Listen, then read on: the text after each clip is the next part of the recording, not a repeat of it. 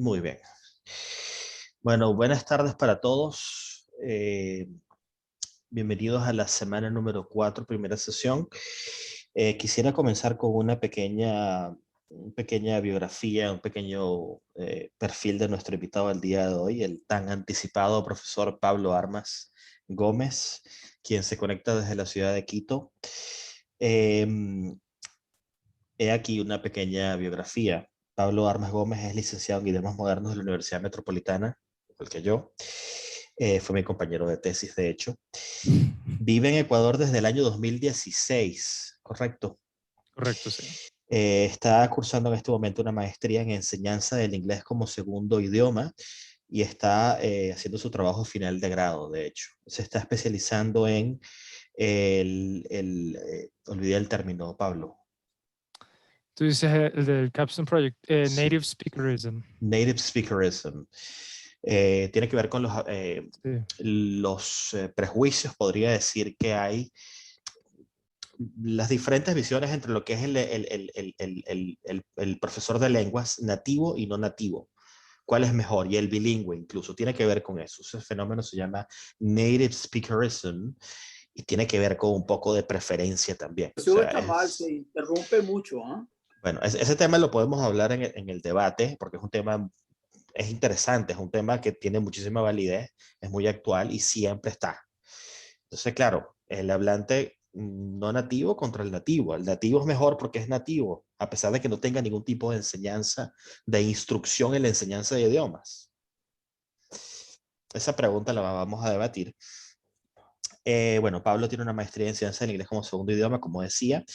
Está formado en la enseñanza del inglés, ha hecho cursos de formación como el CELTA. Apenas algunos balbuceos. Creo que la comunicación está muy mal.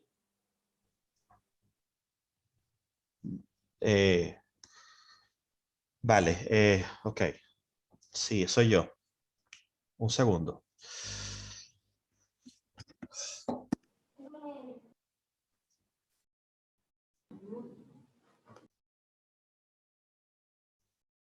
Yo escucho bien. ¿Ustedes? Sí, yo también. Sí, yo tuve algunos momentos en que al principio no escuché muy bien, pero en general bien. Yo también escuché bien. Ajá. Sí. Soy yo, es mi conexión a internet que falla constantemente, no sé qué pasa. Lo lamento. Ya espero que se arregle para el miércoles, que he comprado un cable de red. Vale. Un segundo.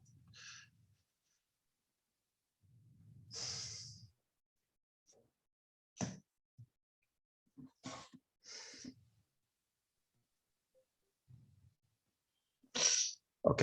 ¿Me escuchan ahora? ¿Sí? Sí. ¿Bien? Sí. Ok. Vale. Pablo Armas tiene formación en... ¿Se sigue cortando? Creo, Jesús, que puede ser tu internet, porque yo sí escucho bien. Vale. Sí, por acá también. Ok, perfecto. Perfecto, ok. Vale. Tiene formación docente en la enseñanza del inglés, tiene hecho los cursos Celta y un módulo del curso Delta. Es examinador de los exámenes de la Universidad de Cambridge. Tiene experiencia como profesor en el British Council y en otras instituciones de enseñanza, academias de idiomas. Trabaja en EF de Quito y en la Universidad San Francisco, que es donde está también haciendo la maestría en inglés como segunda lengua, ¿no? En la enseñanza del inglés como segunda lengua. Bienvenido, Pablo. Lamento la interrupción en tu breve introducción. Me parece que está bien. A veces es bueno una interrupción para generar algo de suspenso, pero está bien. Vale, vale.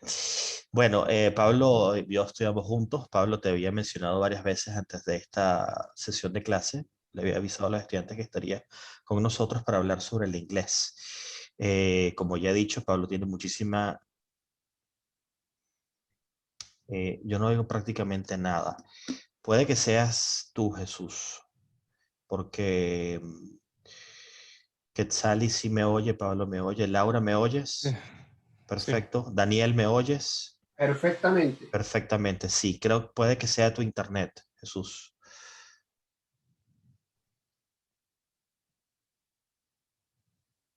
Sí, sí, creo que es algo de origen de tu conexión. Intenta con el internet de tu teléfono móvil. Comparte los datos de tu teléfono móvil y cámbiate de conexión. Parece que ese es el problema. Cierra la sesión, intenta volver a conectarte. Correcto. Pablo tiene muchísima experiencia en la enseñanza del inglés.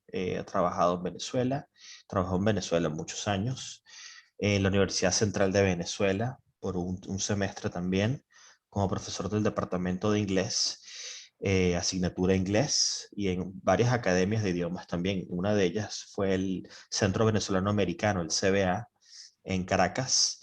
Y en la Universidad Metropolitana también participaste y diste algunas clases, ¿no? Un Sí, curso para profesores de la universidad, exacto. efectivamente. Y bueno, nos conocemos pues, principalmente desde la universidad hasta desde hace ya más de 13 años, diría yo, ¿no? Desde el año Sí, 2006-2007. más o Así menos, sí. que la persona que más sabe de inglés que yo conozco es Pablo Armas, que tiene la mejor formación en inglés.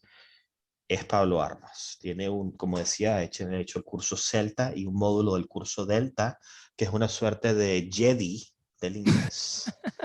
Cada vez más cerca del concilio Jedi, ¿no? Bueno, sí, Quetzali.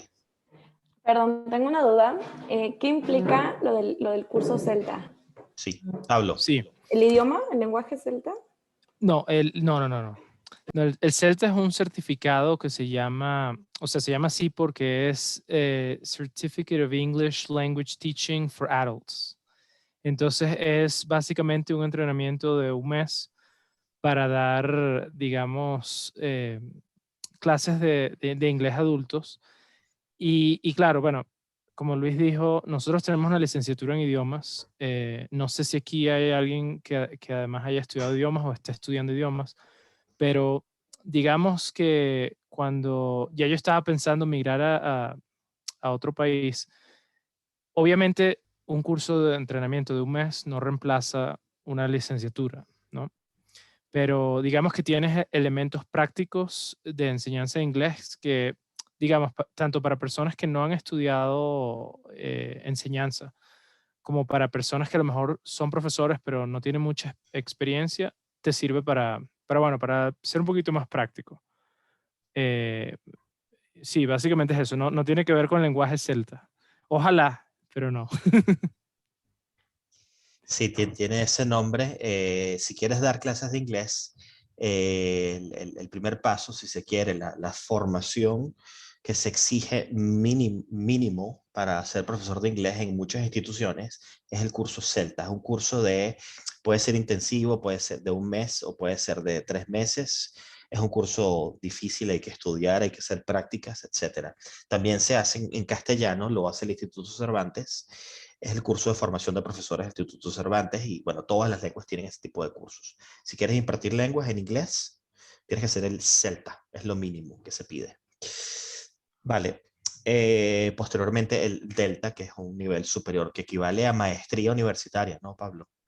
Tiene un equivalente Sí, el universitario Delta lo cuentan como créditos de maestría. O como sea, no crédito. sería exactamente igual a una maestría, pero sí te lo podrían contar como equivalente a algunos créditos. Vale, vale. Perfecto. Bueno, un par de anuncios con respecto a los temas para exponer a la última semana. Verónica me estaba preguntando. Recuerden que durante la semana número 6 va a haber 2 sesiones. La primera sobre temas para el debate. Islas Malvinas, Esequibo venezolano, Peñón de Gibraltar, bodas reales, Harry y Meghan, este tipo de temas controversiales de debate, lo que llaman salseo aquí en España. Temas de debate. Pero en la segunda sesión de la semana 6 les comentaba que cualquier tema que quisieran exponer, un tema que no haya sido mencionado en el curso, que haya sido mencionado en el curso, que les haya parecido interesante, les pedía que hicieran un poco de investigación, lo buscaran un poco de información y lo presentaran brevemente en 5 o 10 minutos. O sea, un tema de interés personal. Tengo un tema hasta ahora que está propuesto por Hilda, que no, creo que no está acá, no, que es, ella va a hablar del London Eye, la noria que está en Londres junto al puente del Parlamento. Ese es el tema que ella escogió y es un ejemplo para todos ustedes. El tema que quieran, de música, de cultura, de literatura, de historia, de cosas que yo he hablado, de las que no he hablado, no importa. Sobre las Islas Británicas. Puede ser de Irlanda, puede ser de Irlanda del Norte, puede ser... Yo creo que ya tengo mi tema también. Vale, dímelo, por favor, Daniel. Las joyas de la corona. Excelente, vale. Yo me lo voy a ir apuntando. Escríbelo un mensajito en WhatsApp para irlo recordando, Daniel, para organizar las ponencias y nada más. Sí, joyas de la corona. Quiero exponer sobre las joyas de la corona. Vale, excelente. Así que cualquier tema de interés, ¿vale? Sobre lo que sea breve. No tienen que hacer un PowerPoint, no. Es querer compartir un tema de interés en un tiempo corto de tiempo, 5 o 10 minutos. Dependerá también de las personas que estén en la clase, ¿no? Somos 13 o 14 personas. El segundo anuncio fue una noticia que vi hoy sobre un personaje histórico, Mary Queen of Scots, que hemos mencionado en un par de ocasiones. Leí este artículo que... Exactamente. Exactamente. Daniel está enterado ya. Ahí se los dejo. Se robaron un rosario de Mary Queen of Scots, María la Reina de los Escoceses, en un castillo en Inglaterra. Evidentemente es de oro, pero más que sea de oro es que es el simbolismo, ¿no? Es el rosario que ella tenía cuando la ejecutaron. Entonces, bueno, están las noticias de la BBC del día de hoy. Eso salió justo hoy. Vale, Verónica Arboleda me dice que ya tiene su tema. Verónica, cuando puedas me lo compartes en el grupo del curso para de nuevo irlo apuntando, irlo teniendo organizado. Vale, Jesús, ¿se ha normalizado tu conexión? ¿Puedes oírme? Totalmente. Excelente. Perfecto. Vale, muy bien. Qué bueno. Ok, vamos a continuar con la presentación que he preparado para el día de hoy sobre los videos y las lecturas. Vale. Aquí. Será una presentación corta. Ok. Vale. Pues lengua, literatura, historia del inglés. El día de hoy es lengua, literatura el miércoles. Una pequeña agenda, historia de la lengua inglesa, video de History of English. El video de History of English pertenece a English File, Pablo, así que quizás lo hayas visto. La lectura de History of English del libro de Yule. Esta lectura pertenece a un libro de lingüística que utilizamos en la universidad para el curso de lingüística y que explica muy claramente la evolución del inglés, la historia del inglés. Por eso lo compartí con los estudiantes. Y la lectura Spell It Out, que tiene que ver con el deletreo tan característico y tan complejo y famoso del inglés, ¿no? Hablaré brevemente sobre la geografía del inglés, dónde se habla el inglés, y terminaremos con el debate. Inglés y globalización, ¿está asegurado el futuro del inglés como lengua internacional? Esa es la pregunta inicial. De ahí podemos derivar otros temas de debate. Bueno, con respecto al primer video de History of English, la clase más importante, si se quiere, es la primera clase del curso, en la que hablé sobre la formación de Inglaterra. Por eso se los puse ordenaditos. Les decía que la historia de Inglaterra es la historia de las invasiones. Hablaba sobre el pueblo del vaso campaniforme, de los celtas, la llegada de los celtas, la llegada de los romanos, y es a partir de ese momento donde empieza el video. La permanencia de los romanos en Britania. Entran en Britania, colonizan, se extienden, no controlan toda la isla, pero llevan consigo su lengua y sus costumbres, pero hay una resistencia que se refleja, por ejemplo, en la Revolución de Boudica. Pasan los años y hay una suerte de resistencia cultural a la influencia romana. Cuando los romanos se van, se pierde toda esa influencia. Toda la cultura, la lengua y las costumbres que llevaron los romanos se pierde. Lo que queda son Bath, la muralla de Adriano, la muralla de Antonino y el viejo recuerdo de la permanencia de los romanos, por supuesto, y una que otra palabra. El video continúa con la llegada de los anglosajones y mencionan palabras que quedaron en el inglés hasta el día de hoy como, bueno, las tienen en pantalla, axe, spear, man, woman, and friend. Continúa con el proceso de cristianización del siglo VI y la gran contribución en este momento es el alfabeto latino y el vocabulario religioso. Palabras como obispo, bishop, church, mártir, etcétera, que aparecen en la lectura, si no me equivoco. Hablaba en la presentación de la primera semana sobre San Patricio. San Patricio es la etapa inicial de la cristianización de las Islas Británicas. Mencioné a San Patricio y a San David, que son dos de los primeros misioneros cristianos en las Islas Británicas. Y también mencioné a Columba. Posteriormente viene la cristianización más organizada o a gran escala durante el papado de Gregorio Magno, siglo VI, que es quien manda a Agustín como misionero y se funda el arzobispado de Canterbury, convirtiéndose Agustín en el primer arzobispo de Canterbury, un arzobispado que continúa hasta el día de hoy. Los vikingos, según el video, acuñaron o agregaron 2000 palabras al inglés. Hablar de inglés en la Alta Edad Media realmente no tiene mucho sentido porque era una lengua anglosajona. Entonces hay que como que diferenciar entre el inglés del siglo XXI, el siglo XX si se quiere, con la lengua de Alfredo el Grande. No tiene nada que ver.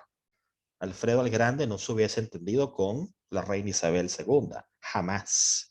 No solamente por el paso del tiempo, sino porque la lengua de Alfredo el Grande era una lengua puramente anglosajona. La invasión normanda, como he dicho varias veces, es un punto de inflexión en la historia de Inglaterra. 1066, batalla de Hastings, Guillermo Conquistador. Ahí la cosa cambia completamente. No solamente la historia y la política del reino, sino la lengua cambia también por la influencia de la corte normanda, que ahora estaba en poder, había invadido y había tomado totalmente el país. Tengo una pregunta, profe. Sí, Daniel. La lengua de Alfredo el Grande era anglosajona, o sea, Sí. que era la lengua de los jutos sajones y anglos, o por lo menos de los sajones y los anglos, que usted nos dijo que venían más o menos de la península de Jutlandia o un poquito más abajo, lo que conecta la península de Jutlandia con el continente, lo que es hoy Alemania, y considerando de que los vikingos y los daneses invadieron, ¿no? Cuando invadieron el Reino Unido, lucharon con Alfredo el Grande y todo ese tipo de cosas. Esos daneses que hablaban, Alfredo el Grande hablaba más o menos similar a lo que hablaban los vikingos. Están emparentados porque son lenguas germánicas. Los anglo-jutos y sajones y frisios hablaban lenguas germánicas, el anglosajón, y los vikingos tienen lenguas germánicas también, por supuesto. Si tú agarras y comparas inglés, alemán, sueco, noruego, vas a ver la similitud en todas las lenguas, incluso islandés. Todas son germánicas. Claro, el tiempo había pasado, habría cambiado algo, pero en esencia es el mismo pueblo en su origen. Que eran parecidas las lenguas, prácticamente. Sí, había mucho parecido, muchísimo parecido, claro, claro. Si el que tenga algún conocimiento de noruego, sueco, alemán, incluso con el mismo inglés, con un poco de análisis puedes ver el parecido de algunas palabras y ahí ves el pasado que une todas esas lenguas. Esa es una de las ramas de las familias indoeuropeas de las cuales voy a hablar a continuación. El video habla, bueno, con la llegada de los normandos se divide en cierta manera el tema lingüístico. Los campesinos mantienen la lengua anglosajona, la lengua del pueblo, y en la lengua de la corte, de la administración, del poder, la lengua de la realeza de los nobles viene siendo el normando, lo que llaman francés normando, que eventualmente, bueno, con la unificación de la lengua del campo, la lengua del pueblo, más adelante se va a convertir en el inglés que hablamos el día de hoy, con muchas palabras de origen francés. El inglés tiene muchas palabras. Coup, golpe de estado, bouquet, ballet, rendezvous, reconnaissance, garage, Pablo dice garage, baggage, efectivamente. Entonces, bueno, es una gran cantidad de palabras pues, que entran con los normandos. Los ejemplos en el video son mutton y beef, si no me equivoco. Exactamente. Sí, bueno, muchísimos ejemplos. Bueno, son unas pequeñas muestras. Otro punto, otro momento histórico importante es, bueno, la vida de Shakespeare, la obra de Shakespeare, que se le atribuyen 2000 palabras. Una de las palabras en el video es laughingstock, que equivale en castellano al hazme reír.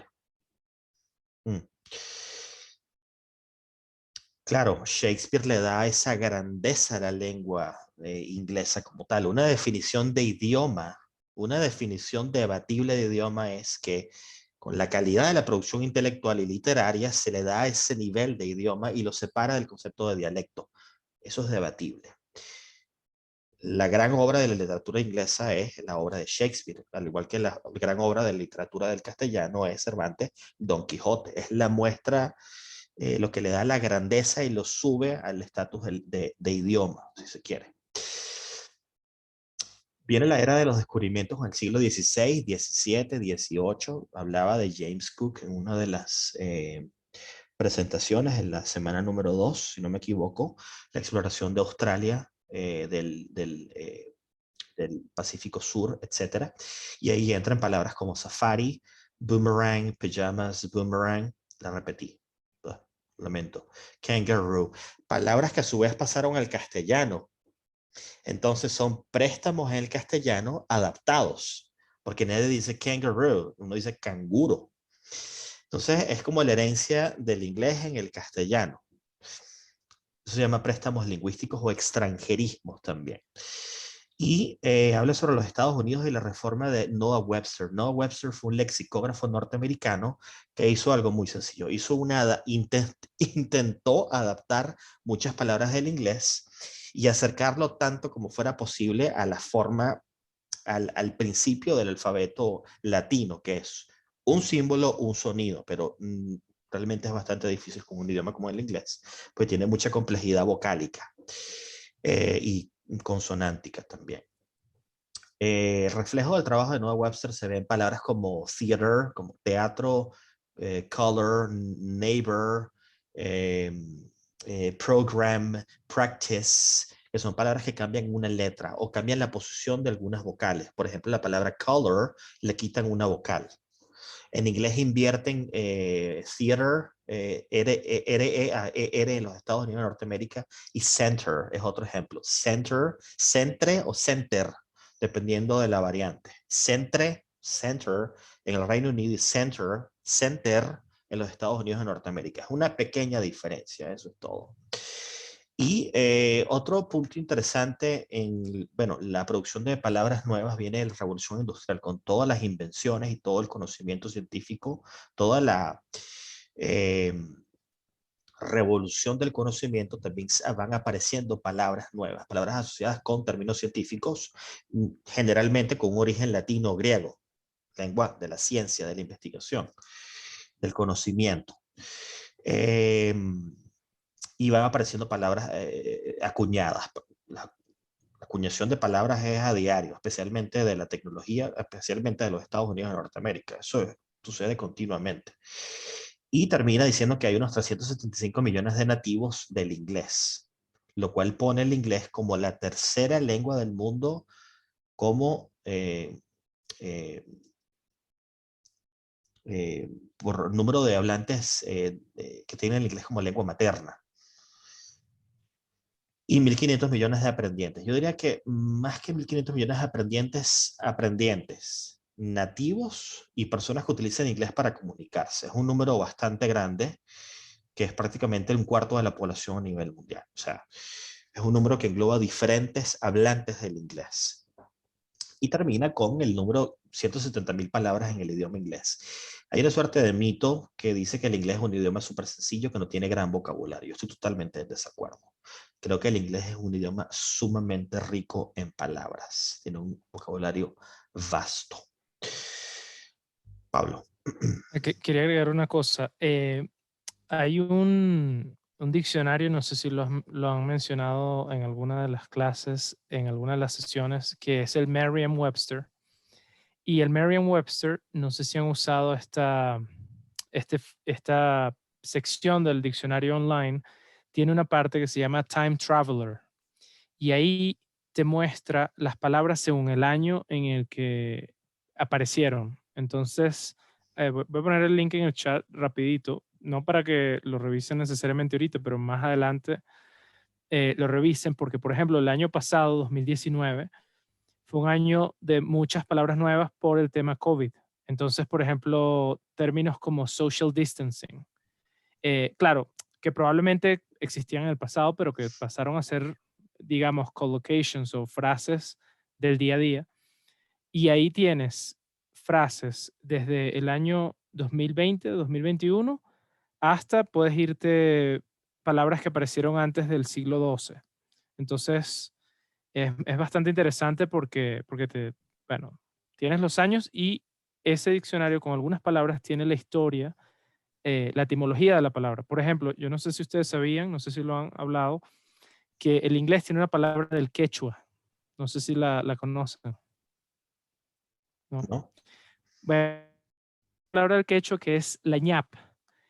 Y esta palabra es muy interesante porque pasa al inglés a través del francés. O sea, pasa quechua español, español francés, entre comerciantes españoles con comerciantes franceses, y los franceses llevan la palabra a Luisiana, en el sur de Estados Unidos, y por eso tú ves la palabra y es la ñap. En español, el equivalente aquí en Ecuador, que se utiliza el quechua y el quichua, bueno, hay una diferencia, pero no vamos a hablar de eso hoy. Aquí le dicen la yapa. En Venezuela lo llamamos la ñapa, ¿no? Pero claro, si tú ves la escritura, no parece una escritura española. Y es precisamente por toda esa transición que cuando estabas hablando de canguro, me hiciste acordar de eso, porque cuando todas estas palabras hacen ese proceso de transformación, bueno, terminan pareciendo otra cosa. Pero bueno, yo no me quiero desviar, así que sí, No sabía, no conocía, bueno, la ñapa, por supuesto, la ñapa. La claro, ñapa es algo, en Venezuela es algo adicional, ¿no? exacto. Quechua. Fíjate, no lo sabía, no lo sabía. Daniel. Yo tengo una pregunta, pero no sé si eso lo van a hablar después, pero a mí me llama mucho la atención. Yo disto mucho de ser bilingüe, me gustaría saber más inglés del que sé. Quizás más el inglés que utilizo es el inglés médico, técnico por mi profesión. Me defiendo cuando viajo, pero creo que puedo saber un poco más. No soy muy dado para los idiomas. Pero hay algo que a mí me llama la atención, y eso sé que ustedes me lo pueden aclarar ambos profesores, y es que si uno compara algunas palabras del inglés británico con el inglés americano, pareciera que, no sé si siempre ocurre así, muchas de las palabras del inglés británico se forman a partir, etimológicamente, se forman a partir de justamente lo que significan, en vez de que, como a diferencia de cómo ocurre en el inglés americano. Por ejemplo, mientras los estadounidenses dicen exit, los británicos dicen way out, o sea, como que la vía que está afuera. Mientras los ingleses y los norteamericanos dicen subway, los ingleses dicen underground, o sea, lo que está debajo del suelo. No sé si eso se aplica siempre y cuál pudiera ser el motivo por el cual eso ocurre en el inglés británico. Pablo, ¿quieres? Bueno, yo diría que no necesariamente en todos los casos es así, porque por ejemplo, si comparamos underground y subway, en los dos casos hay una conexión entre la función de las palabras, o sea, porque tú dices underground está debajo, pero subway también está debajo. Ahora, en el caso de exit y way out, no estaría, o sea, no sabría si colocar esa comparación como una comparación exacta, porque la palabra exit es más formal que way out. Entonces, no sabría, o sea, yo no me atrevería a hacer una generalización en ese caso. Yo sí creo que en algunos casos hay cosas que son muy obvias, pero también tiene mucho que ver con, uno, la formalidad y dos, el origen de la palabra. Porque, por ejemplo, cuando Luis estaba hablando del tema por ejemplo, center, que en inglés británico es con RE y en inglés americano es con ER, en inglés británico la razón es que se parece más al francés. Y el inglés británico, a pesar de que obviamente el francés, digamos que ha afectado todas las variantes del inglés, el inglés británico ha mantenido más ¿cómo se diría? La ortografía original de las palabras que el inglés americano. Entonces yo diría, yo no me atrevo a hacer una generalización, pero yo diría que no siempre es cierto. Como dijo Luis Vicente, el vocabulario del inglés es muy extenso. Él coloca 170.000 palabras. Hay personas que dicen que hay 600.000 palabras del inglés. Sí, sí. Realmente es muy difícil calcularlo. Entonces, yo diría que es difícil saberlo. En el caso particular, claro, no era tu pregunta, pero en el caso particular del inglés médico, lo que sí diría es, y no solo el inglés médico, sino el inglés científico, yo siempre digo que es más fácil entender el inglés científico y técnico que el inglés coloquial. Y es porque el inglés técnico es principalmente palabras del latín. Sí, claro, bueno, tú a mí me das una novela y Claro. ahí o sea, olvídalo. Claro. Claro, es más fácil probablemente para ti entender un texto médico en inglés, incluso sin mucho conocimiento de inglés, que, por ejemplo, poner una serie de televisión donde hay adolescentes hablando, Sí. utilizando inglés de hoy en día, pues. Sí. O sea, me ayudo con el caption, con las letras, pero es distinto. En cambio, en el inglés médico, con saberte una que otra preposición, 2 o 3 artículos, o sea, conectas las palabras, sacas mucho por contexto y listo. Claro, claro, claro.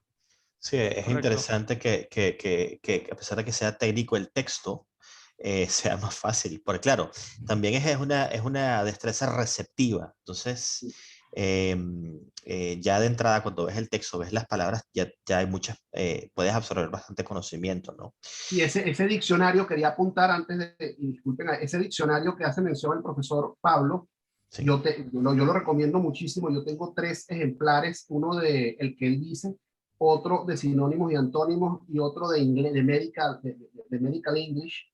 Son excelentes, o sea, uno mejor que el otro, son portátiles, son pequeños, pero quería preguntarles a ustedes, así como existe la Real Academia Española que saca un diccionario, la RAE, ¿cuál es el equivalente de la RAE en el idioma inglés? Y también, si estamos hablando de 170.000 palabras o hasta 600.000 palabras, como dice el profesor Pablo, no sé si lo saben, yo sé que el español es más rico, pero ¿cuántas palabras pudiera tener el español? Si lo saben, yo no lo sé. Eh, Antes de responder, perdón, que Jesús tenía la mano levantada. Jesús. Sí, yo quería simplemente reforzar la opinión del profesor Armas, porque yo no estoy de acuerdo con pensar que las palabras, la fraseología en inglés americano necesariamente está relacionada con las acciones. Y un ejemplo típico es de restroom en los Estados Unidos y en Inglaterra de toilet o de loo. De loo es una forma de decir el baño, pues en Inglaterra otros dicen de toilet. Obviamente toilet viene del francés, el loo es probablemente más anglosajónica. Y otro ejemplo también es en the queue and the line. Los americanos dicen the line, que obviamente está relacionado con la acción o con la presentación de la fila, mientras que los ingleses hablan de queue. O sea que no necesariamente hay que pensar que una de las dos formas de inglés es más representativo de las acciones o de las circunstancias que el otro. O sea, se cambian según la palabra. Es una mezcla de las dos cosas. Sí, también hay una preferencia, bueno, cuando se trata de formalidad, hay una preferencia hacia la latinización de las palabras, es decir, una palabra, una acción, una palabra. Y se entiende que el phrasal verb, cuando son 2 palabras, es un poco más informal. Hay preferencia de una palabra en inglés británico, hay preferencia de phrasal verbs en los Estados Unidos de Norteamérica. Pablo, sí, por favor, adelante. No, otra cosa es que, claro, también puede pasar, y bueno, obviamente, como dije antes, el vocabulario es tan complejo que sería, bueno, hacer análisis palabra por palabra tomaría un tiempo infinito, pero también ocurre que hay palabras que a lo mejor se relacionan con una función parecida o se relacionan con una función parecida inicialmente, pero esa función no ocurre más. Por ejemplo, en la variación de inglés en India, se utiliza la palabra latrine o latrine como sinónimo de baño, como sinónimo de restroom. Pero claro, latrine realmente no significa lo mismo que restroom o bathroom. Pero como en India es más común no sé en español si es letrina o latrina, Letrina. letrina. Como en India es más común una letrina que lo que nosotros asociamos con bastantes indios te colocan latrina o latrine para baño, a pesar de que no son equivalentes. O sea, no son exactamente lo mismo. Entonces, pienso que puede darse ese caso, a lo mejor también en otras palabras del inglés, que hoy pensamos, bueno, porque esto lo llaman así. Y en algún punto de la historia probablemente sí hubo una conexión entre esas dos palabras. Well, latrine looks like quite primitive, isn't it? Claro, claro, por supuesto. Le respondo a Daniel la pregunta. Daniel, el inglés no tiene la institucionalización que tiene el castellano. El castellano tiene toda una normalización y eh, sí, normalización a través de la Real Academia Española, dividida en 23 academias, Filipinas, México, Venezuela, Guatemala, Puerto Rico, etcétera, etcétera, etcétera. Entonces, todo está unificado, todo está regulado, todo es bello y bonito, y todo está aquí, en este libro que tengo yo acá. O sea, todas las reglas están contenidas acá. Si usted no sabe escribir castellano es porque usted no lo ha buscado aquí. Y por otras razones, lógicamente. El inglés no tiene ese tipo de normalización, no tiene ese tipo de regularización y no existe una academia como tal. Entonces, cuando uno busca un libro sobre normas ortográficas, consigues a veces diferentes opiniones en algunos puntos, en el uso de algunos signos ortográficos, signos como el uso de los dos puntos o la coma. Pablo. Sí, quería agregar que por eso en el inglés es importante que cuando ustedes, los que estén estudiando inglés o trabajen como profesores de inglés o les interese, consultar en más de un diccionario. La palabra que les comenté, la ñap, si ustedes van al diccionario Cambridge, que es uno de los diccionarios más importantes, no aparece. Entonces, claro, mucha gente dice, bueno, no aparece en Cambridge, no existe. Pero si ustedes van al Merriam-Webster, la consiguen. Y esto me ha pasado, tengo que decirlo, por supuesto, yo no soy nativo, y bueno, de nuevo, con eso no quiere decir que, bueno, que me considero que hablo peor o mejor ni nada, pero por supuesto que a veces ocurre que al no ser nativo, uno tiende a dudar. Una vez tenía un estudiante que escribió un ensayo y puso la palabra alimentation.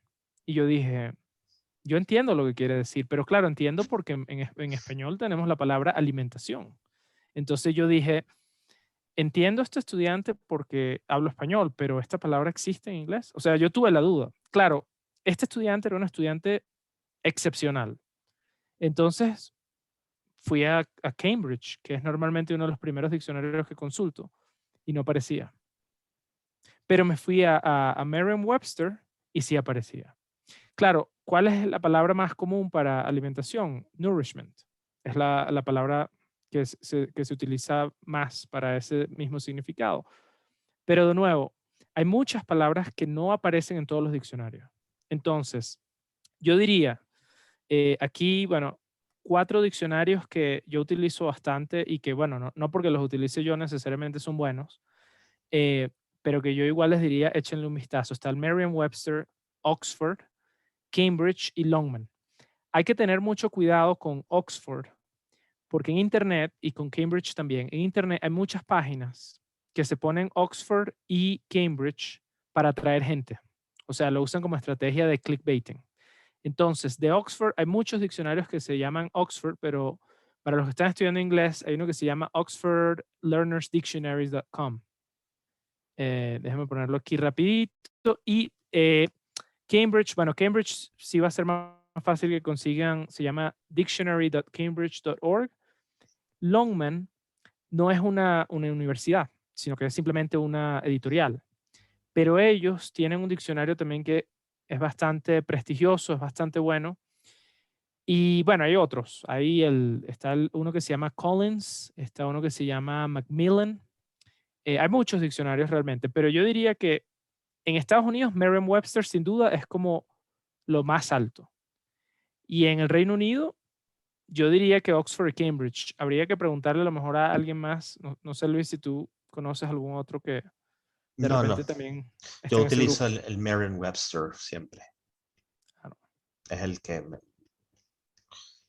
El problema de la normalización de las lenguas, Daniel, es que, como decía Pablo, entonces en inglés te aparecen, este diccionario sí la tiene, este no la tiene, este opina una cosa, este opina la otra. También hay diferentes visiones de la gramática, tanto en los Estados Unidos como en Inglaterra, el Reino Unido. En el caso del castellano, lo maravilloso es que está todo normalizado, está todo compilado, está todo unificado en una sola obra que es la ortografía de la lengua española. Entonces eso hace la lengua muy prescriptiva, no la hace descriptiva, entonces la hace rígida también. La diferencia del inglés es que en cierta manera hay mucha libertad en la creación de nuevos términos, algo que en castellano no es tan frecuente porque es un poco más rígido y también eso por su propia morfología lo hace así rígido. Entonces, respondiéndote, no, realmente no hay una institución que regule la lengua y la institución que hace la difusión cultural es por lo menos el Reino Unido es el British Council, que está en 120 países, Pablo, 140. Sí, está en muchísimos. Realmente no sabría decirte ahorita el número, perdón, pero sí está, bueno, British Council inclusive está en países como Corea del Norte y Cuba, que mucha gente diría, bueno, pero primero, ¿cómo el British Council llegó allá y cómo lo permitieron? No. Y hay una anécdota, ¿no? Es como un mito urbano, no sé qué tan real o no, es que mucha gente dice que muchos profesores del British Council en el pasado han sido agentes de inteligencia británica. Eso es algo que se comenta.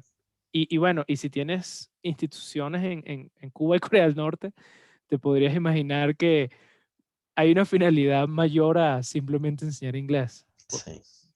No suena tan ¿Cierto o no? No descabellado. sé. No suena tan descabellado. Exacto.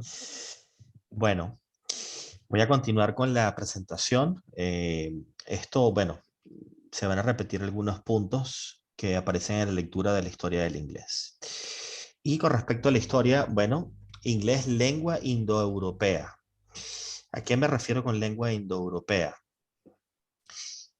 En el siglo XIX los lingüistas empezaron a detectar había una conexión entre las lenguas de la India, concretamente el sánscrito, que era la lengua religiosa, literaria de la India, de la antigüedad, detectaron rasgos gramáticos, sintácticos en lenguas tan distantes como el inglés con el español, con el persa, y lo comparaban con el sánscrito y veían que había una asociación. En la posición de las palabras, en la morfología de algunas palabras. Una de esas palabras no aparece en la lectura que les mandé, pero es padre. Padre se parece muchísimo en alemán, en inglés, en sánscrito, en castellano. Se hizo una reconstrucción de términos, la reconstrucción no es a nivel fonético, sino estrictamente a nivel morfológico. Y se llegó a la conclusión de que tenía que haber una lengua que era la madre de todas las lenguas. Fue una protolengua de la cual derivaban todas las lenguas que se hablan en Europa, Europa Occidental, Europa Central y Oriental, partes de Asia, Medio Oriente, la India, Pakistán, etc. Y se llamó esa lengua única, original, esa protolengua se le llamó indoeuropeo. No hay evidencia, no hay textos escritos en indoeuropeo, eso nadie lo ha visto. Pero se asume que existió en algún momento de la historia. Y es de esa base del árbol, de donde salen todas las lenguas del mundo occidental. No todas las de Occidente, porque si nos vamos a América, si nos vamos a México, y Quetzali lo puede decir, el náhuatl no tiene nada de indoeuropeo, igual que las lenguas propias de los nativos en Venezuela. Ahí está Quetzali. Queda una herencia hay una herencia del náhuatl en palabras del castellano como es tomate, ¿no? Entre otras, pero bueno, eso es otra cosa, eso es un préstamo lingüístico si se quiere. Entonces, las lenguas de Asia no son indoeuropeas, las lenguas ni el chino, ni el japonés, ni el coreano son indoeuropeos, ni las lenguas de América, las lenguas de los aborígenes de América, entre otras lenguas. Ese ancestro en común, entonces se llama indoeuropeo, es una lengua hipotética. Es la familia con el mayor número de hablantes y mayor distribución. Está en los 5 continentes. Y aparte de la familia de las lenguas indoeuropeas, se calcula que hay unas 30 familias de lenguas. Y de acuerdo a una página con una muy buena base de datos en internet, no me acuerdo el nombre, ethnologue.com, si no me equivoco, ethnologue.com. Hay 6.912 lenguas en el mundo. Estos son números que están constantemente cambiando. O sea, posiblemente este libro es del año 2010, habrán desaparecido ya 50 o más. Eso está sucediendo constantemente. Las lenguas son absorbidas, desaparecen. Un ejemplo era el córnico que mencioné en una de las presentaciones la semana pasada. Pablo. No, que quería decir que así como hay la desaparición de lenguas, y esto es lo que hace muy difícil la estimación de palabras, ocurre que desaparecen las lenguas y desaparecen las palabras. Hace poco, dando una clase a adolescentes, les mostré una imagen de una máquina de escribir y los estudiantes sabían lo que era porque dicen, bueno, mi abuela tiene una, pero no sabían la palabra. Entonces, está ocurriendo todo el tiempo, tanto con lenguas como con palabras, que así como aparecen nuevas, desaparecen muchas. Y eso es lo que hace que en estudios lingüísticos todas estas estadísticas y estos números sean casi que imposibles de determinar en un momento exacto. Sí, en efecto. Y las palabras desaparecen o cambian los significados y se pierde completamente el significado original. Daniel. Sí. Quizás lo que yo voy a decir ahorita pueda irritar a algún español o bueno, no sé, en España hay tantas naciones dentro de un solo país, eso lo podemos entender. Pero, por ejemplo, yo quisiera hacer una acotación, porque quizás pudiera, en el Reino Unido no sé si eso existe cuando hablas de lo del córnico. Yo he visto que en algunos sitios, el idioma va a depender también del aspecto geográfico donde se ubique el espacio territorial. Por ejemplo, yo tengo entendido, no sé si ustedes saben un poco de eso, pero que dentro de España, por ejemplo, el gallego y el catalán pudieran decir, los que son gallegos y los que son catalanes, que son un idioma, pero a fin de cuentas tiene influencia del francés con el español, del español con el portugués en el caso del gallego, pero en el caso del euskera, tengo entendido que el País Vasco es un territorio en el cual, por sus consideraciones geográficas y por estar limitado a todo lo que es estar aislado prácticamente desde el punto de vista geográfico en todo lo que fue la evolución de España como nación, eso permitió que el euskera se mantuviera como idioma puro y hay muchas explicaciones, o sea, de hecho, llegarle al País Vasco por vía la parte ferroviaria fue difícil por el aislamiento geográfico que tenía. No sé si eso creen ustedes que puede ser, que pueda ser verdad. Y en el caso del Reino Unido, si eso se puede aplicar a alguna región en especial en cuanto a algunos dialectos que existan. Bueno, el tema de la euskera es un tema muy particular. Eso es un fenómeno lingüístico que tiene más preguntas que respuestas, Daniel. Tiene un sistema, una gramática completamente distinta y tiene unos casos que no existen en castellano. Yo me he interesado en aprender un poco de vocabulario en euskera y te encuentras con morfologías que no existen en castellano y que nunca has visto en la mayoría de lenguas, que la mayoría de lenguas me refiero a las que uno más conoce, en las que está más uno en contacto, que son romances o germánicas, diría yo, incluso asiáticas, pero el euskera no tiene nada que ver con nada. Produjo el aislamiento en algún momento, el nacimiento del euskera, la evolución del euskera que conocemos hoy en día. Me cuesta creerlo porque habría algún tipo de relación, de conexión entre el euskera y lenguas de la península ibérica o de cualquier otra parte de Europa. Y no la hay, porque el euskera no puede nacer súbitamente, no puede aparecer de la nada, una lengua no puede aparecer por aislamiento, una lengua tiene que aparecer por herencia. La lengua se conoce por transmisión cultural. Y el euskera no apareció de la nada, el euskera tiene que venir de algún sitio. Claro, quedó ahí y solamente se habla ahí seguramente, indudablemente, por las condiciones topográficas del País Vasco. No fue la única parte de España que quedó aislada. El Principado de Asturias también quedó aislado y los asturianos hablan bable, el asturiano, que es una lengua romance. Pero no tiene nada que ver, o sea, pero sigue siendo el bable, yo siempre digo que es hablar español poniéndole a todas las palabras una U al final. Ya. O sea, sigue siendo, o sea, aunque ellos, ese para mí es mi concepto de bable, cuando he estado en Asturias es así, pero sigue siendo mezcla de algo. Yo viví en Galicia, hice posgrado en Galicia y hablas o ves un gallego y a lo mejor sí, para ellos es un idioma, pero eso es, con todo respeto, mucho español con portugués. Y en catalán, con todo el nacionalismo del catalán y todo lo que tú quieras, eso, y el valenciano, porque si nos vamos a poner a eso, entonces todas las comunidades autónomas de España, como un conjunto de naciones, entonces vamos a hablar todas distintas y vas a desmembrar el castellano como idioma. Y eso saben, eso y el catalán, que está mucho de, son muy parecidos, eso es español con francés, pero eso.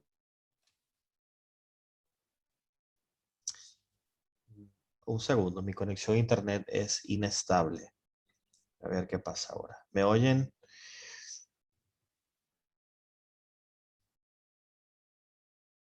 ¿Me oyen? Bueno, soy yo de nuevo. Sí. ¿Sí? Sí, perfecto. Vale, es que Sí, estaba... Sí. A ver, un segundo.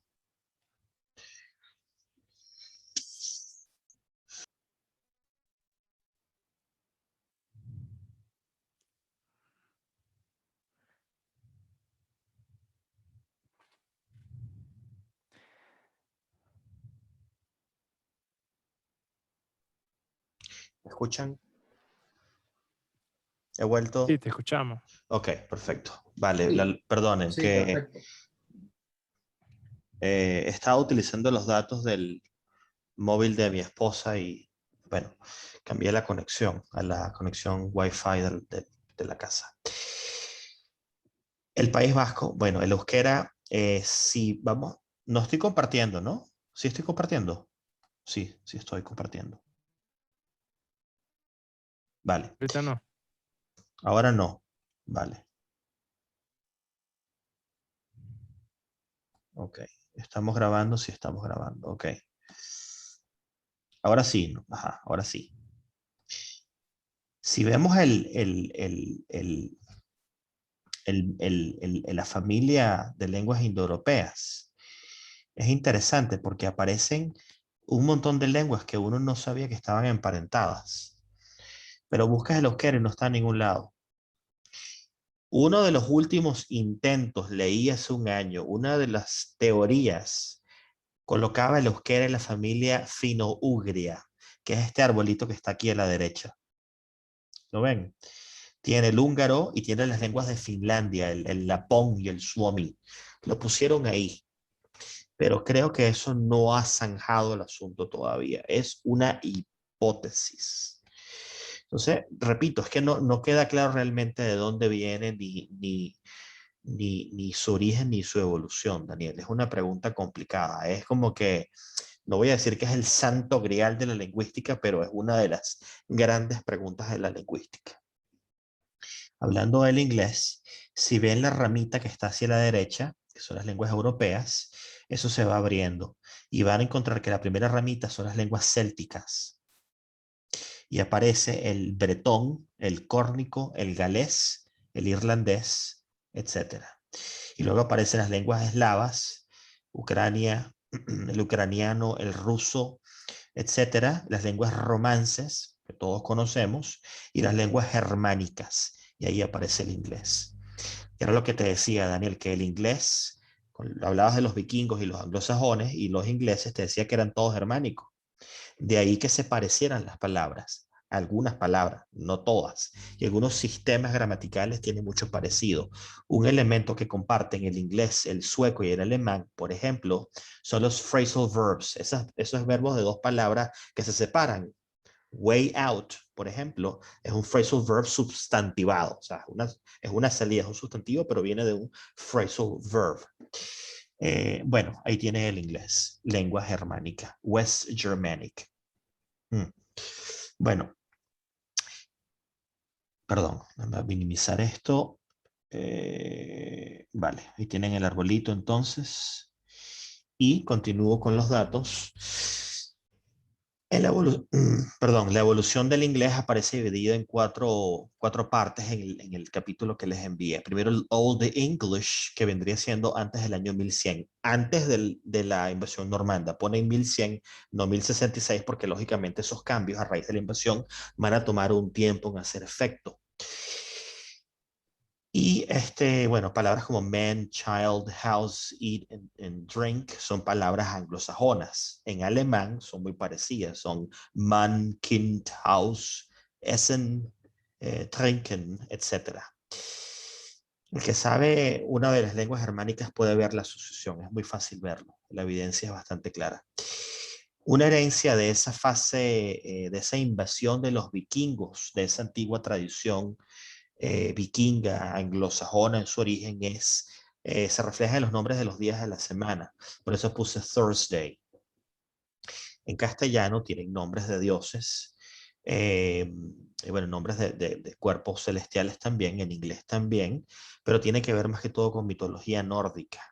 De ahí que por lo menos, bueno, el lunes sigue siendo el día de la luna, pero el martes, Tuesday, viene de Tu, que es Tyr. Tyr es en la mitología nórdica el dios de la guerra, es un dios de un brazo, que tiene un brazo, dios de la guerra, hijo de Odín, si no me equivoco, que le da el nombre al martes, a Tuesday.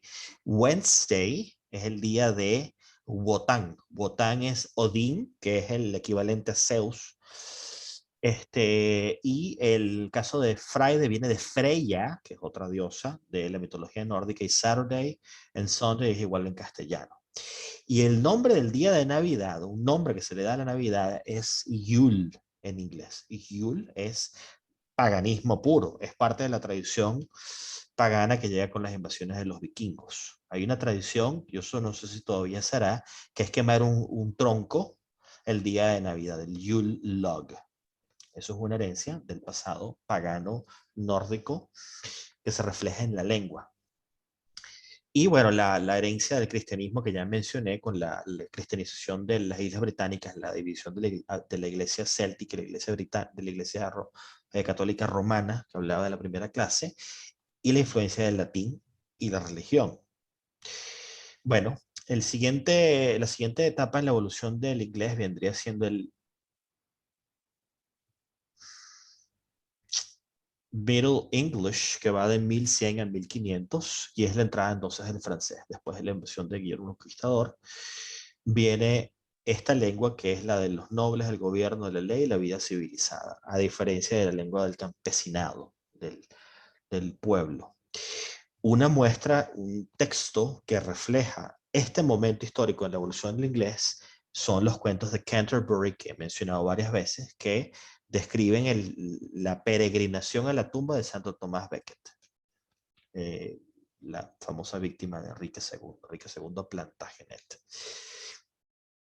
Y la siguiente fase vendría siendo el Early Modern English entre 1500 y 1700, y ocurre lo que llama el Great Vowel Shift. El Great Vowel Shift es un cambio en el sistema de vocales del idioma inglés. El inglés es un idioma que tiene, creo que 20, dependiendo de la variedad, puede tener 24, 26, 28 vocales distintas.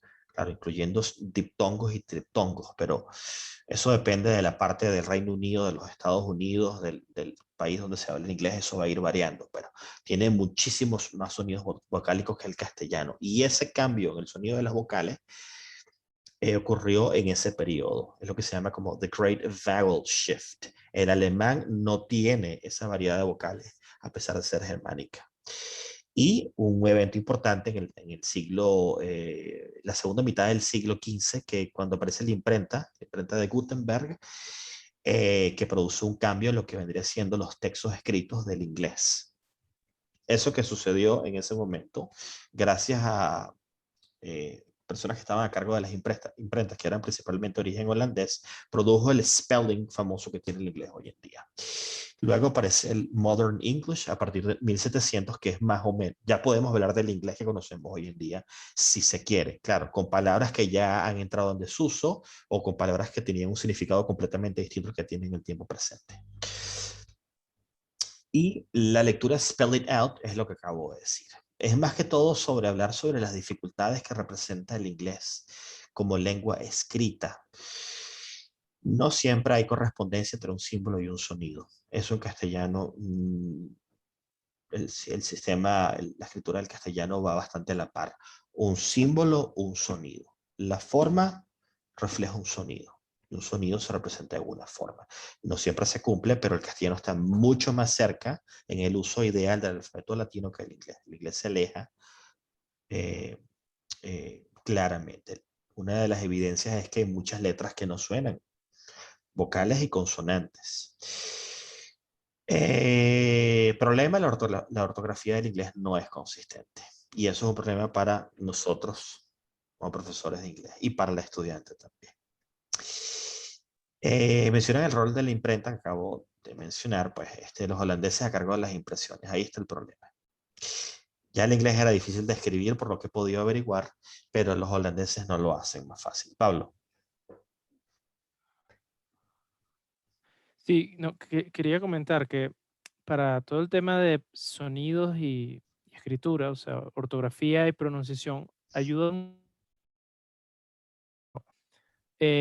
Yo no se lo recomiendo tanto a los estudiantes porque, bueno, yo sé que no a todo el mundo le interesa, pero el conocimiento de la etimología de las palabras ayuda a veces con la pronunciación. Porque, por ejemplo, la combinación CH del inglés tiene tres posibles, que son los más comunes, que son el sonido K, el sonido CH y el sonido SH. Y normalmente, por ejemplo, la CH suena sh cuando son palabras que vienen del francés, como chef, machine. Suena K cuando son palabras que vienen del griego, como por ejemplo chaos, chemistry. Y suena ch con palabras que vienen del inglés antiguo, que son más germánicas, como child, church y todo esto. Entonces, a pesar de que, por supuesto, es imposible conocerse la historia de cada palabra, en algunos casos puede ayudar un poquito en la etimología para la pronunciación. Una palabra, por ejemplo, que muchísima gente pronuncia, por ejemplo, está la palabra Celt y Celtic. En Estados Unidos tú tienes los Boston Celtics. Claro, en Estados Unidos mucha gente pronuncia Celtic, Celtic. Mucha gente dice Boston Celtics. Pero en Reino Unido la gente tiende a pronunciar Celtic porque, claro, yo no sé exactamente si el idioma era celta, Gaelic o cuál era el origen de la palabra, pero la C se pronunciaba como K. Entonces, por eso esa C en esa palabra en particular tiene esa pronunciación. Entonces, bueno, excepción, pero ayuda en algunos casos.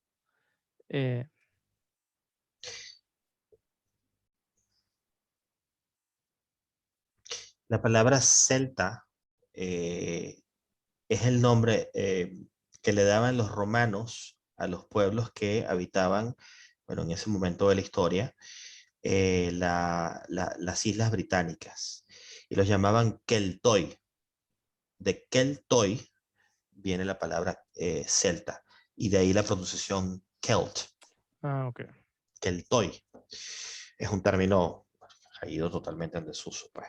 Eso aparece en este libro que está acá, que he utilizado para las clases muchas veces. Bueno, me dicen si falla la conexión, por favor. Siento que está como gelatinosa.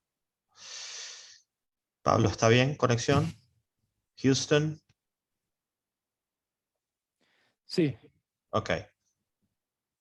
Ok. Vale. Y bueno, entonces, bueno, problemas de nuevo para los profesores y estudiantes de inglés. Bueno, ahí tienen una muestra, ¿no? Consonantes, silent letters, no tienen sonido.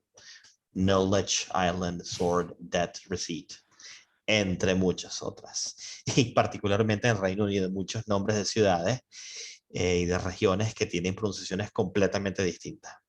Entonces tú las lees inocentemente, siguiendo las reglas del alfabeto latino, con una cierta adaptación al inglés, y no sabes pronunciarlas. O sea, ni siquiera siendo hablante nativo vas a pronunciar bien las palabras.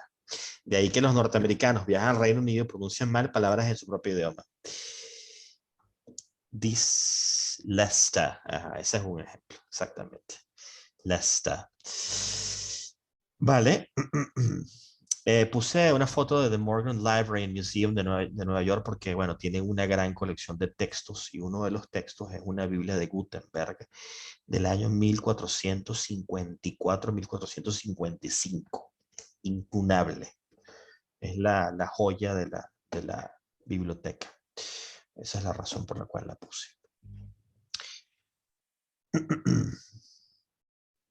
Y geografías, voy a acelerar un poco. Eso que comentaba. Dime, sí, Daniel. Sí, bueno, eso no sé si es una inflexión en locución, en oratorio, eso se llama inflexión en la voz. Yo no sé si ustedes lo llaman así, pero que muchas palabras, sobre todo en la pronunciación, los ingleses siempre terminan gota. Eso que acaba de mencionar ahora, esa es una inflexión en la voz que acostumbran mucho los ingleses. ¿Eso es propio de la cultura de ellos o es porque la lingüística, el inglés británico obliga a que se pronuncie así? ¿Cuál es el sonido al cual te refieres? Pasa que no recuerdo ejemplos concretos. ¿Te refieres al Ese sonido? que hablabas de, por ejemplo. Sí, ese que comentó ahorita. Lo que pasa es que no recuerdo ejemplos concretos. Quizás veo alguna palabra. Ellos hablan y al final en algunas palabras dicen gota. Bueno, ahorita me acuerdo. No sé, alguna.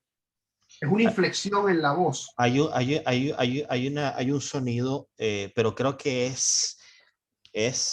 no para ser irrespetuoso, pero es lo que en lo que se llama el working class y en partes de Inglaterra hay una pronunciación no sé cómo se llama a nivel fonético, a nivel la ortofonía, que la echan como para atrás, que o computer. ¿Te refieres a ese sonido? La ER la pronuncia como para adentro. Correcto. Computer. En vez de decir computer, dicen computer. Computer. Sí. Eso. En vez de decir computer, sí. computer, dicen computer. Es un rasgo típico de esa variante en esa parte de Inglaterra y sucedió así. Darte una explicación de cómo sucedió es muy difícil, Daniel. Pero sí, es un sonido. No sé cuál es el nombre. Eso debe tener un nombre. Estamos claros que eso en Escocia, el inglés escocés es cantadísimo. No ocurre, pues, y me imagino que en Gales tampoco lo dicen, a lo mejor es propio de Inglaterra. No, eso es típico de los ingleses en working class, Daniel. Okay. Geografías del inglés, el inglés en hechos. Lengua internacional dominante del siglo XXI, no hay discusión. Hablado nativos y no nativos por unos 1.750 millones de personas, un cuarto de la población mundial. Como decía, aquí ponemos a todos. Es como nativos, no nativos que están aprendiendo, que utilicen el idioma de una u otra manera para en el comercio, algún tipo de transacción, algún tipo de relación, de interacción, que tienen cierto grado de conocimiento de la lengua. Entonces es un número bastante grande. No son hablantes nativos, no son bilingües, son todos los que tienen que ver con el inglés, son aproximadamente un cuarto de la población mundial, 1.750 millones de personas. Hay más hablantes no nativos que nativos, por supuesto. Hay más hablantes no nativos, se dice en China, que en el mismo Reino Unido. Claro, un país con 1.2, 1.200 millones de personas, que tiene un montón de gente aprendiendo inglés, el número es gigantesco. Número de hablantes nativos, de nuevo, esto es, en función del número de hablantes nativos, estamos de segundos a nivel mundial. El castellano es hablado por nativos por 438 millones de nativos. Estos números son del Instituto Cervantes, lo cual pone el castellano la segunda lengua más hablada del mundo por hablantes nativos, un puesto muy bueno. Y por número de países también es primero o segundo, porque la cantidad de países que hablan español es gigantesca. En tercer lugar, el inglés. País con mayor número de aprendientes, China, lo acabo de decir. Primera lengua del Internet, seguido por el chino y el español. Estamos bien. Tercer lugar en el Internet, creo que está súper bien. Lengua más usada en la investigación y publicaciones científicas, esto lo saben muy bien los doctores Daniel y Jesús. Lengua de la cultura, diplomacia, comercio, medios de comunicación, educación e investigación. Bueno, idioma oficial de las Naciones Unidas y de otras organizaciones de la OTAN. Me imagino que seguirá siendo lengua oficial de la Unión Europea a pesar de que el Reino Unido... Bueno, sí, claro, porque Irlanda está todavía, por supuesto. Lengua oficial de las naciones de la Unión Europea. Y como decía, la institución que está a cargo de la difusión y promoción de la cultura, por lo menos el Reino Unido, es el British Council. Y ya voy a acelerar de nuevo el debate para quedar 13 minutos. Bueno, geografías del inglés, ¿dónde se habla? Bueno, países que tienen una mayoría de hablantes nativos o donde es oficial, cuidado, en América, todo lo que vendría siendo islas del Caribe, Trinidad y Tobago y los Estados Unidos de Norteamérica, donde no es oficial. A nivel constitucional, el inglés no es oficial en los Estados Unidos de Norteamérica, ni lo ha sido. Lo que pasa es que es la lengua que habla la mayoría de la población. Un hecho interesante es que se cree que para el año 2060, 1 de cada 3 norteamericanos será hispanohablante. Estados Unidos se convertirá, de nuevo, para el año 1060, según la predicción, en el segundo país hispanohablante del mundo. El primero seguirá siendo, y es hoy en día, Quetzalí, México. Como yo. En Europa se habla en Reino Unido, y aquí tenemos que incluir,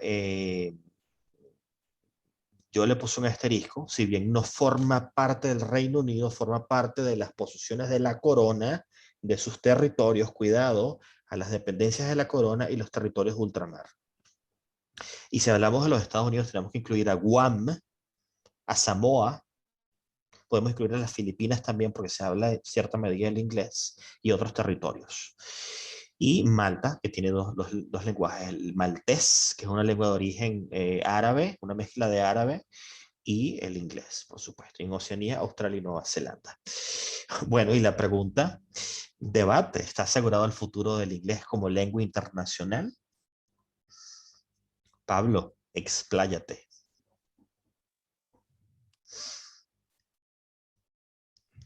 Me muteé. Bueno, nada, antes de decirles qué opino yo, me gustaría que en el chat pongan una frase, de repente una oración, dos oraciones de qué piensan de esta pregunta, sí, no y por qué. Escriban algo muy breve en el chat, más o menos para ver qué piensan ustedes antes de decir cualquier cosa.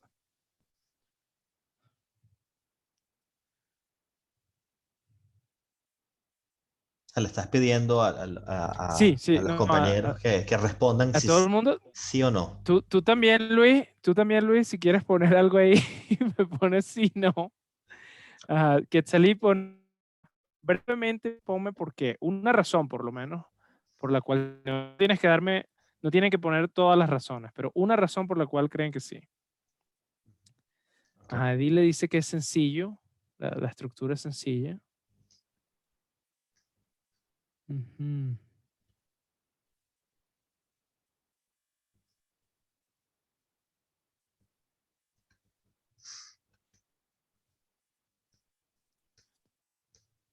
Bueno, hasta ahora el sí va ganando 2-0. Ajá, vale. Ajá. Ok. Ujú. El idioma de la tecnología. Ok. Bueno, veo que va ganando el sí y yo diría que, bueno, creo que todos los que estamos aquí probablemente coincidimos en que sí, ¿no? Y yo lo que diría de esto es que yo siempre he dicho que para mí el inglés está garantizado, por lo menos, en lo que nosotros y muchas de las generaciones con las que estamos interactuando, eh, digamos, no creo que hay ninguna persona viva ahorita que vaya a ver otro imponiéndose por el inglés, por encima del inglés. Ahora, ¿está garantizado el futuro del inglés como lengua internacional? ¿Está garantizado como lengua dominante? Yo creo que, bueno, hay un lingüista que se llama David Crystal, que él habla sobre esto. Y claro, él dice que hace 1000 años, ¿quién se hubiese imaginado que nadie iba a hablar latín en 1000 años después? O sea, realmente nadie.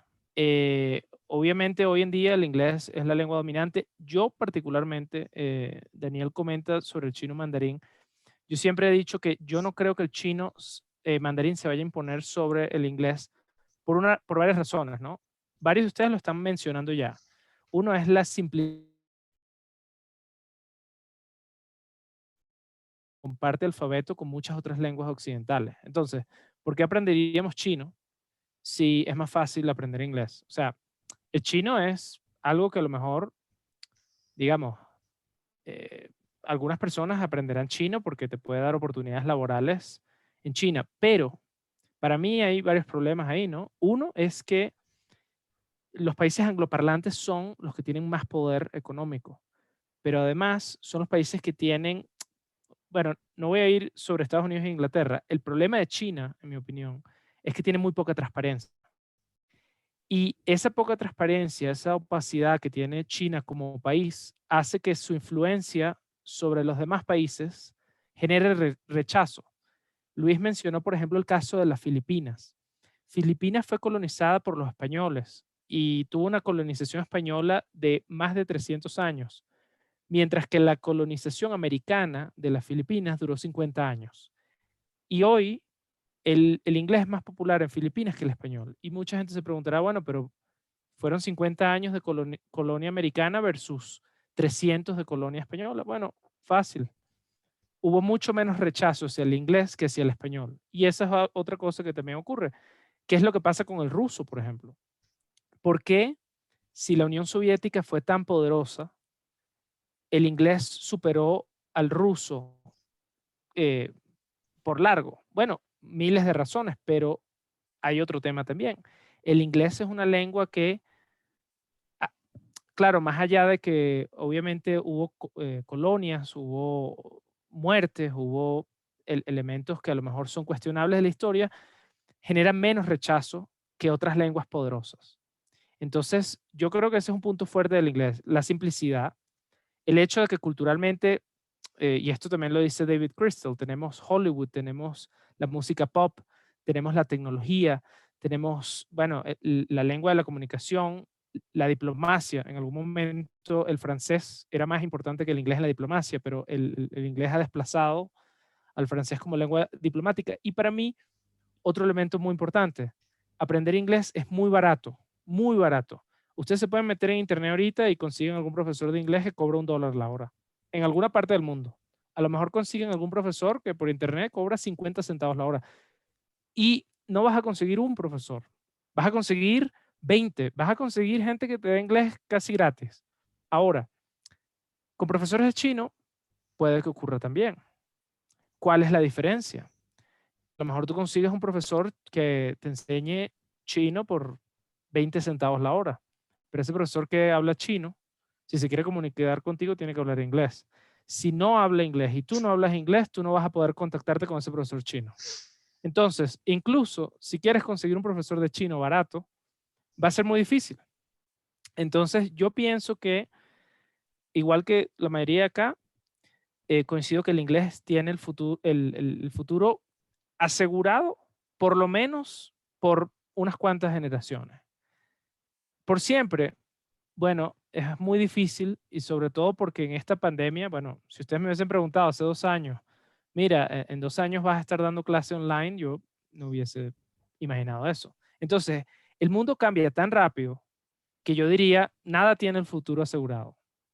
Pero si vemos, digamos, la evolución histórica de los idiomas, yo no creo que el inglés vaya a dejar de ser dominante. Más probable es que el inglés se subdivida en varias lenguas, que dejen de ser, digamos, inglés, a que el inglés pierda su poder como lengua principal. Por de nuevo, las razones que mencionamos antes. No sé si hay algún otro comentario, Luis, o alguien más. Bueno, tenemos acá dos levantadas de mano. Daniel, que lo levantó hace unos minutos. Daniel. Sí, sí. Yo lo que quería hacer mención era, bueno, como es mi visión, ¿no? Yo comparto mucho lo que dice el profesor Pablo, ¿no? Pablo. Pablo. Ajá. Sí. Fíjense, yo hago la siguiente analogía, ¿no? Bueno, evidentemente en la época del Imperio Romano se hablaba latín, se difundió el latín y se habló latín mientras eso duró. Cuando voy a hablar en el caso de nuestra carrera médica y más allá de la carrera médica, la parte de investigación. Los profesores míos y los profesores de mis profesores y también del doctor Jesús, ellos estudiaban medicina en francés. ¿Pero por qué estudiaban medicina en francés? Porque los grandes anatomistas que disecaban cadáveres para aprender anatomía eran franceses y publicaron las grandes obras de anatomía de Testi, Rouvière y el profesor Jesús sabe de lo que hablo. Era en francés. José Gregorio Hernández era políglota, pero uno de los primeros idiomas que aprendió seguramente fue el francés y probablemente también el inglés, porque si no, no podía estudiar medicina. Yo creo que Vesalio era belga, me parece. Vesalio. Sí, sí, claro, pero yo digo, no me estoy yendo tan, Vesalio era creo que de 1700, 1600, o sea, más para acá, ¿no? Después eso se transformó al inglés, pero ¿por qué se transformó al inglés? La respuesta es por escrito, ¿no? Yo pienso que por lo menos en lo que tiene que ver con medicina y lo que tiene que ver con las áreas de investigación en muy diversos ámbitos, el inglés va a perdurar como idioma porque los países que hacen investigación hablan inglés. O sea, nada más por esa razón, los que más publican, los que más hacen investigación, los que más tienen formación para investigación, hablan inglés. Entonces ya por ahí lo tienes garantizado. Los franceses publican, pero publican en inglés. Y los holandeses publican en inglés y los chinos publican en inglés. Entonces, por ese sentido, en cuanto a investigación. Acuérdense, sí, ¿dónde se vivió la revolución industrial? En el Reino Unido. Si la revolución industrial hubiese cambiado el asunto, pero se vivió en el Reino Unido. Y hablaban de las telecomunicaciones. ¿Y dónde descubrieron? ¿Quién descubrió la electricidad? ¿Quién descubrió la televisión? ¿Dónde descubrieron el telégrafo? ¿Dónde descubrieron? Entonces, desde el punto de vista comunicativo, siempre el inglés va a perdurar por esa razón. Desde el punto de vista financiero, y ya le voy a dar la palabra al profesor, ahí yo no sé nada de finanzas, pero ahí sí uno ve que a lo mejor, bueno, dicen que puede ser que el chino sea el futuro, y tú ves a mucha gente estudiando chino, pero también ves mucha gente estudiando español, muchísima, muchos anglosajones estudiando español, más que chino, pero quizás estudian español porque saben que, como dijo el profesor, para tú poderte mover en el mundo con que hables inglés y hables español, estás hecho. China, bueno, yo no creo que vaya a desplazarlo, pero sí desde el punto de vista financiero, hay mucha gente que estudia chino mandarín, creo porque tienen el temor, dicen que en unos 10 años o menos China se va a llevar por los cachos de Estados Unidos como potencia financiera. Como economía, como tamaño de economía, sí. Economía, bueno, y eso va de la mano con el... no sé si tienen, esa es mi opinión, mi apreciación. Sí, sí. Pablo, ¿te querías decir algo antes de pasar a la siguiente? No, nada más quería agregar en términos de la investigación, en investigación es además uno de los idiomas principales en investigación de alta calidad, porque hay muchos países que tienen investigación cuestionable. Y claro, mientras más universal es el idioma que tú usas en investigación, más te pueden juzgar otros y más te pueden comparar. Entonces, por ello, la calidad de información en inglés tiene la gran ventaja que puede ser contrastada por mucha más gente. Puede ser reproducible. La clave en la ciencia es que lo que tú investigues y publiques pueda ser reproducido. Si no puede ser reproducido, ahí entonces se critica. Claro, exacto. Jesús tiene la mano levantada. Sí, yo quería hacer varios comentarios. Definitivamente, la fluidez del inglés, de la facilidad del aprendizaje, de la amplitud del inglés, hay 3 factores fundamentales que yo pienso que son los que determinan esa preeminencia internacional del inglés. La primera de ellas es el hecho, como ya lo mencionó Daniel, del inmenso volumen de investigación en inglés. Inmenso investigación de alto nivel. Estoy hablando sobre todo en el área médica, por supuesto, pero sé que lo mismo ocurre en otras áreas tecnológicas y artísticas. Entonces, ahí garantiza una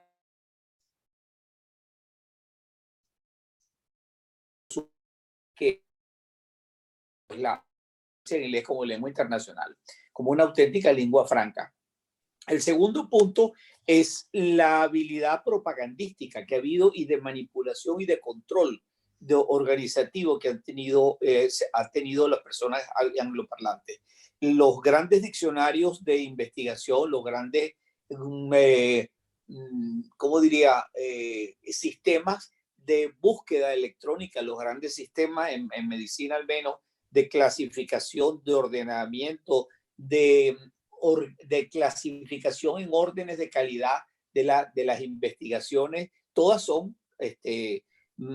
producto de la investigación americana y secundariamente británica o en general angloparlante.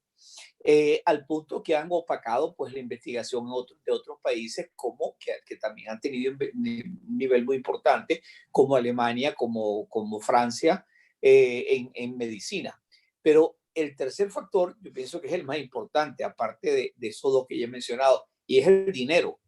La importancia económica de los países angloparlantes ha hecho posible que el nivel de investigación, el volumen de investigación, la calidad de representatividad de la investigación angloparlante sea tal, y la propaganda relacionada con lo mismo, y ahí voy también en cuanto a propaganda, la capacidad de multiplicar la presencia del idioma como lengua a través de la música, del arte, de las películas, etcétera, han logrado pues una auténtica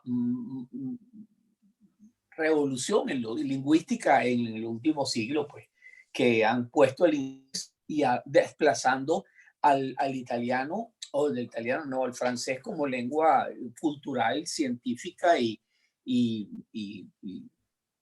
¿cómo diría yo? Y de diplomacia como existía en el siglo pasado, en el siglo XVIII y XIX. Así que esa es para mí la causa de que el inglés se haya convertido en lo que es hoy en día. Y estoy de acuerdo, el inglés continuará siendo la lengua franca de la investigación y del poder económico y de los viajes y de la comunicación internacional en las próximas décadas. Quetzali quería decir algo. Adelante, Quetzali. Lo que mencionó, creo que Dani o Juan, perdón, Jesús, en el aspecto académico, yo sí creo que el impacto del inglés tenemos que dejar de pasar por alto, porque la academia o las publicaciones académicas siempre se van actualizando, siempre van saliendo una tras otra y la mayoría son en inglés, ¿no? Y algo que me dejó pensando es, bueno, yo estudio ciencia política, que es una ciencia social, y yo como estudiante lo veo, que todo lo que yo leo, todos mis papers son en inglés, todo.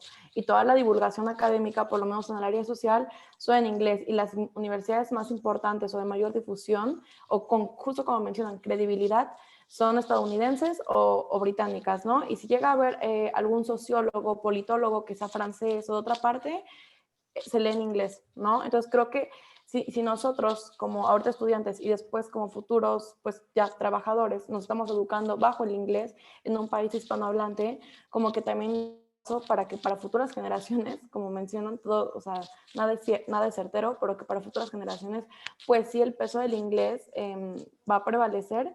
Y también por otro lado, este concepto de feminicidio, que es muchísimo más común en América Latina, México, que en otras partes o que en países angloparlantes, y que por ejemplo tienen el término femicide, pero que no es lo mismo que feminicidio.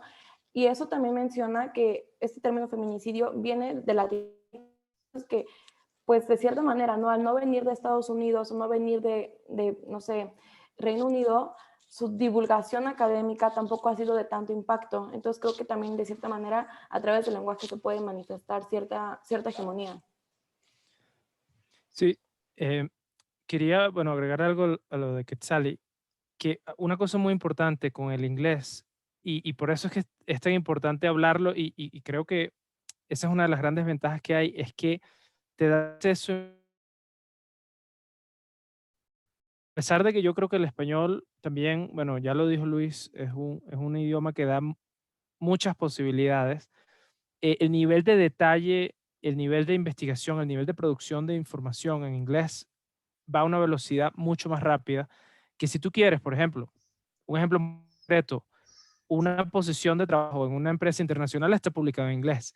Y mientras tú vas a Google Translator a traducir el puesto de trabajo y luego escribes en español lo que quieres mandarles de mensaje de correo, lo traduces, porque hay personas que dicen, bueno, no necesito el inglés, lo traduzco. Mientras tú hiciste eso, una persona bilingüe envió y ya fue contratado. Entonces, la velocidad a la que vuela la información en el inglés es casi que, no sé, va en un carro de Fórmula 1. El español va también muy rápido y creo que es un idioma muy importante. Creo que América Latina,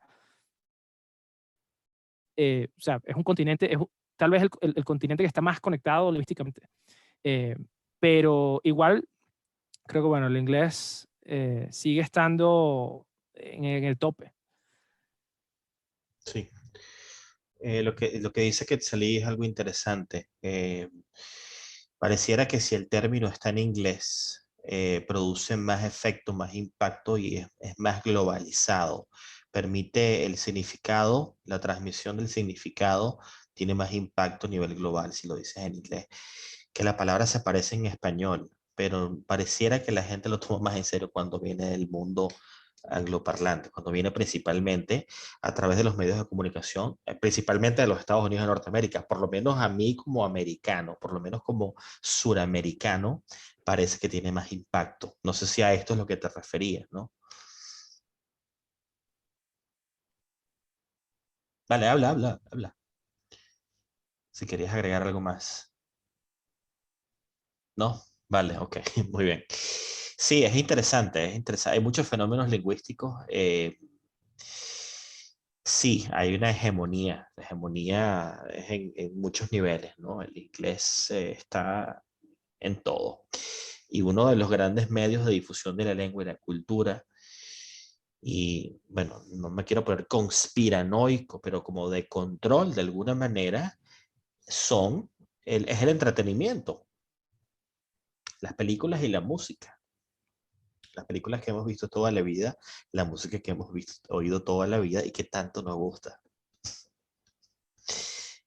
Bueno, es el mundo en el que vivimos, es la globalización. Pero creo que, de nuevo, el español tiene una posición privilegiada en la diversidad lingüística en el planeta. De nuevo, estamos en segundo lugar por número de hablantes nativos. Somos 483 millones de nativos del castellano. Es un muy buen número y el español tiene números en crecimiento, principalmente, lo decía Daniel, en países anglosajones. En Alemania se estudia mucho el inglés, mucho castellano, en Francia se enseña también, en el Reino Unido se aprende, en los países escandinavos también, y en China creo que acaban de abrir el año pasado, hace 2 años, abrieron un Instituto Cervantes. Los chinos tienen, en cierta manera, creo que tienen cierta apertura al aprendizaje de lenguas, porque el chino es muy difícil. El sistema de escritura chino es un sistema ideográfico, logográfico, ideográfico, no recuerdo ahora, que toma una gran cantidad de tiempo en aprender. No es efectivo. No es tan abstracto y no se corresponde una forma con un sonido. Mientras un sistema de escritura sea menos abstracto, es menos útil, menos exacto. O sea, replicar una forma del mundo natural no es tan útil. Esa es la magia del alfabeto latino, que tiene forma y tiene el sonido incluido. Y eso simplifica muchísimo la enseñanza y el aprendizaje de lenguas, principalmente occidentales, indoeuropeas occidentales, romances o germánicas, la que tengan alfabeto latino. Incluso con cirílico lo puedes aprender rápidamente porque te tienes que familiarizar con algunos términos, algunos símbolos, algunas combinaciones. Sí, pero el griego, cirílico y algunas otras variaciones no tienen mayor dificultad. El chino necesitas un montón de tiempo. El que dice que sabe hablar chino, siendo adulto, probablemente simplemente sepa hablar chino y no sepa leer y escribir. Y leer y escribir son dos destrezas fundamentales en una lengua. Jesús tiene la mano levantada ya para terminar a Jesús. Sí, Jesús. Sí, yo lo que quería insistir en que el común denominador de muchas de las cosas que se han dicho es el dinero. La inversión monetaria en inversión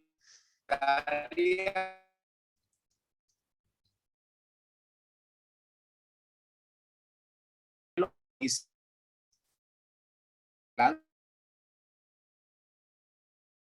brutal y no comparable con la inversión de otros países. Inclusive España. España no tiene programas tan extensos, a pesar del Instituto Cervantes y todo lo que tú quieras, pero no hay la misma cantidad de investigación en propaganda, en promoción cultural, en entretenimiento como la que tiene Inglaterra. Y lo mismo Francia, lo mismo Italia, lo mismo Alemania. Entonces, pues mira, es muy natural ok, tú me vas a decir, bueno, está los programas alemanes, la Deutsche Welle, fantástico, pero al lado de eso tienes BBC y tienes 5 o 6 grandes cadenas americanas con la misma o quizás mayor cobertura. Entonces, esa penetración cultural, esa repetición de esto, tiene un común denominador en el dinero invertido para lograr una preeminencia que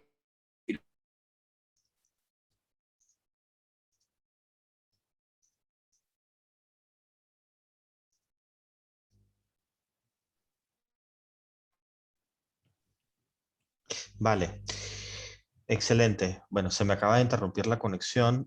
Acabo de compartir con ustedes las finanzas de los libros, todo en inglés, sí, todo, todo, todo. Ya es muy tarde. Bueno, vamos a terminar. Lamento haberme pasado de tiempo. Nos hemos pasado ya en 3 oportunidades. Perdóname, por favor. Trataré de mantenerme en el límite de la clase del miércoles. Por supuesto, muchísimas gracias a todos por participar en la clase de hoy y especialmente al profesor, futuro miembro del Consejo Jedi, Pablo Armas, por participar en la clase de hoy. Muchísimas gracias, muy agradecido por compartir tus conocimientos y experiencia. Gracias a todos, feliz semana y nos vemos el miércoles. Acabo de compartir con ustedes el artículo sobre Mary Queen of Scots. Decía al comienzo de la clase que se robaron el rosario que tenía en la mano cuando le cortaron la cabeza. Recuerden eso esta noche. Feliz lunes, feliz semana. Hasta luego. Feliz semana, hasta luego. Chao, gracias Quetzali. Hasta luego. Chao. Chao. Luego. Hasta luego. Chao.